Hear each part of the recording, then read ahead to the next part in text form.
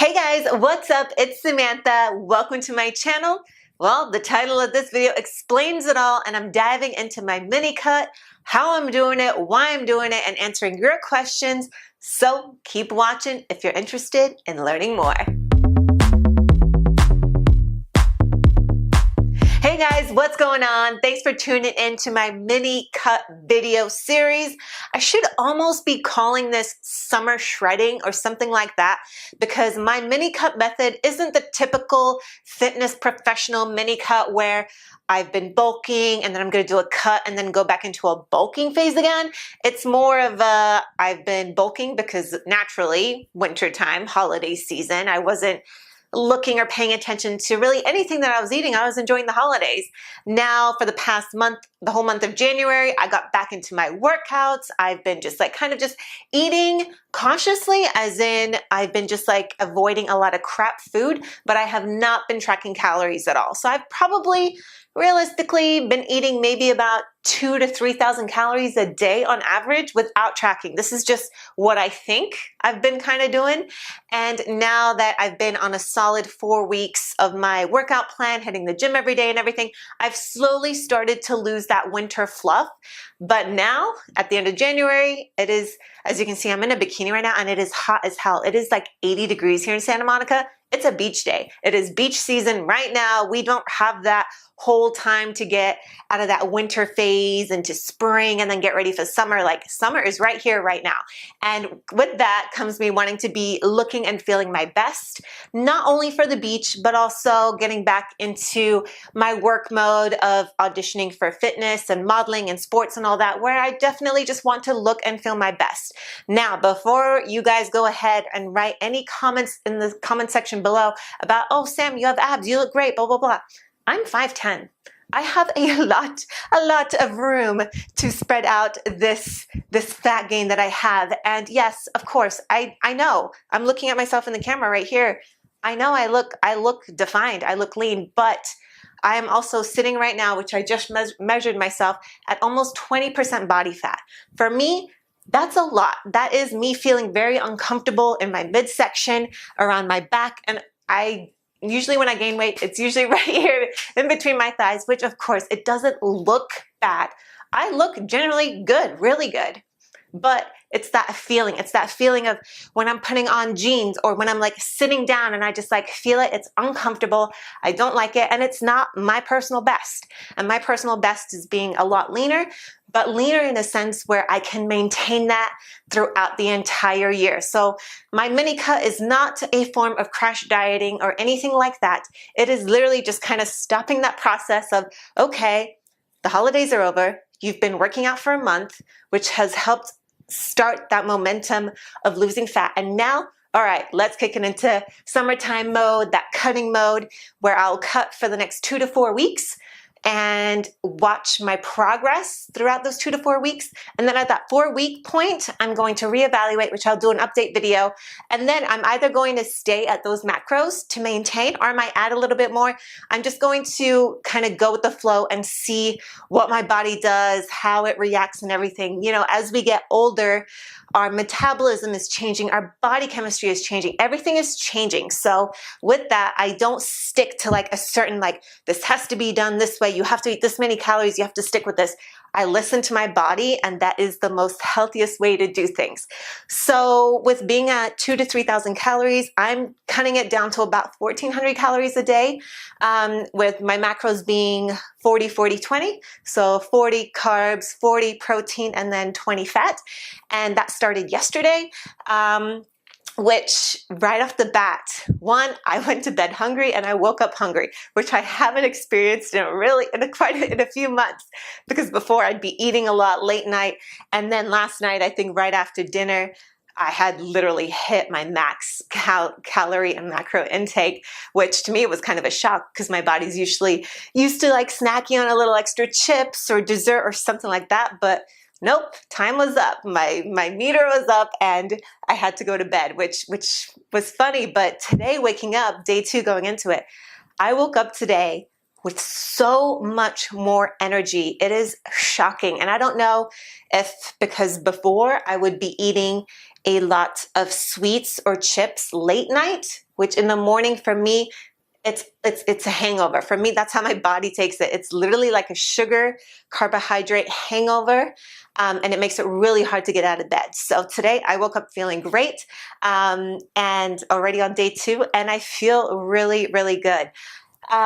So that's kind of my plan for why I'm doing this. I want to take you guys through kind of how I set up myself for this cut, which is going to go through body measurements, before and after pictures, and weighing yourself, all which are really 3 important things to gauge your progress. Without doing those things, you don't know what the heck's going on.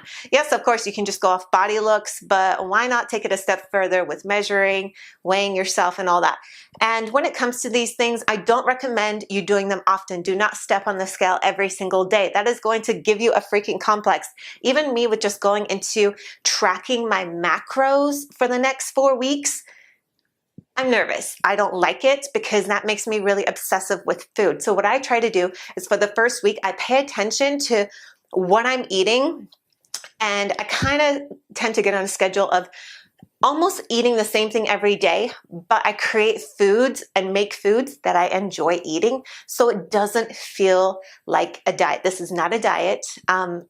The word diet has such bad and negative connotations with it that it's just not a fun thing to do.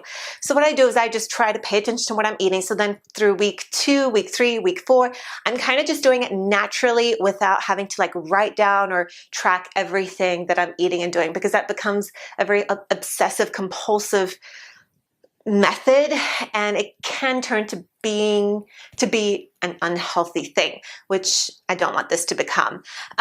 So I usually use, well, what I will be using is MyFitnessPal. That is a great tool. It's a great app. The one thing I do love about MyFitnessPal is that it is a community. So you can find me on there, search my name, Samantha Gazouge. You can be my friend, and you can cheer each other on, and with your friends or family or whoever. So it is a really great community.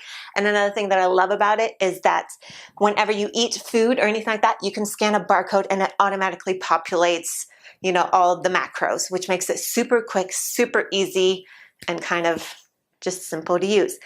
So I'm going to show you guys how I do my measurements.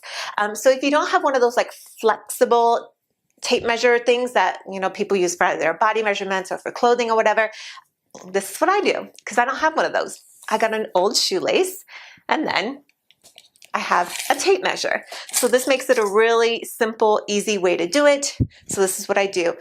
So first measurement is under my bust. So I do my bust as well, but under my bust, that's kind of like helps more with just like my back fat measurement.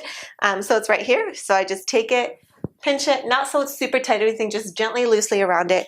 And then I hold my finger at the end. So that's right here. I'll take this tape measure. I'll line it up at the top of the tape measure. And I won't pull out this, don't pull this taut on the string, just like loosely, just like you did around your body. So right here, I'm just a little over 30 inches. It's like 30.25 inches.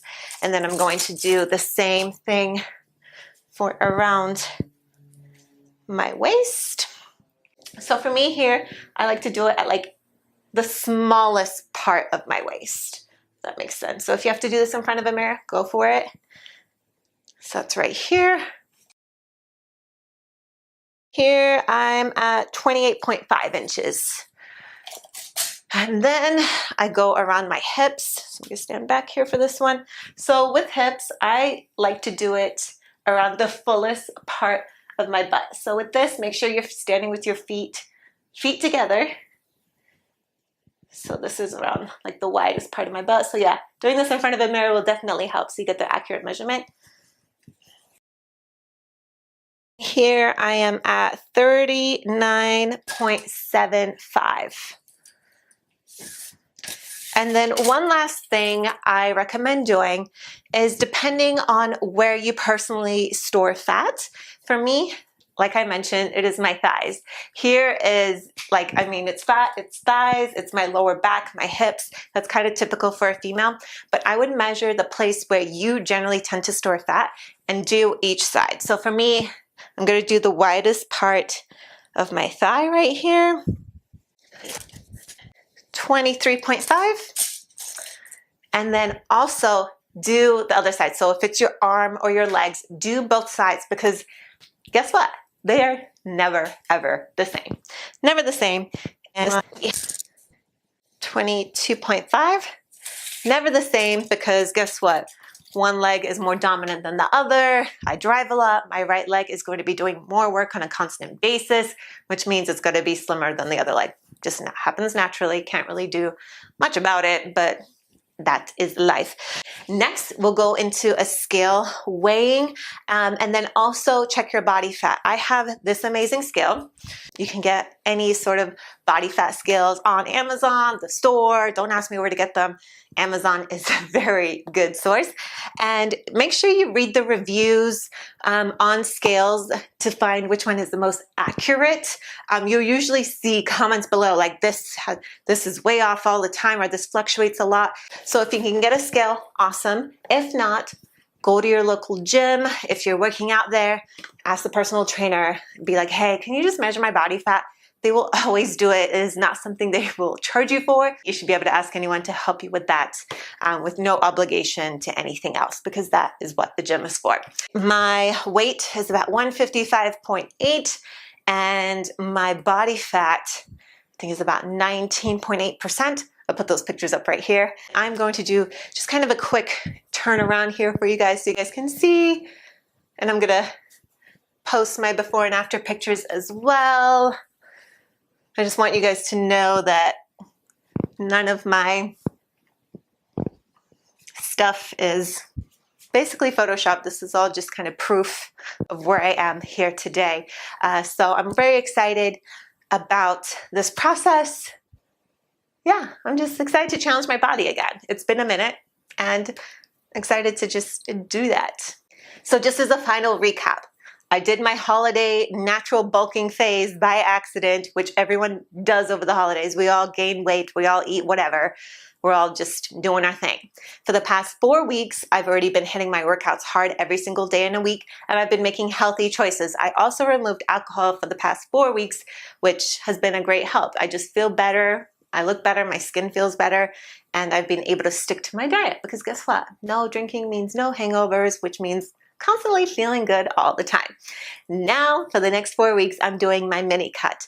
Now, this mini cut differs from other regular mini cuts in the fitness professional world, because I went from a bulking phase to a mini cut phase, and then I'm going into maintenance mode. I am not re-entering the bulking phase.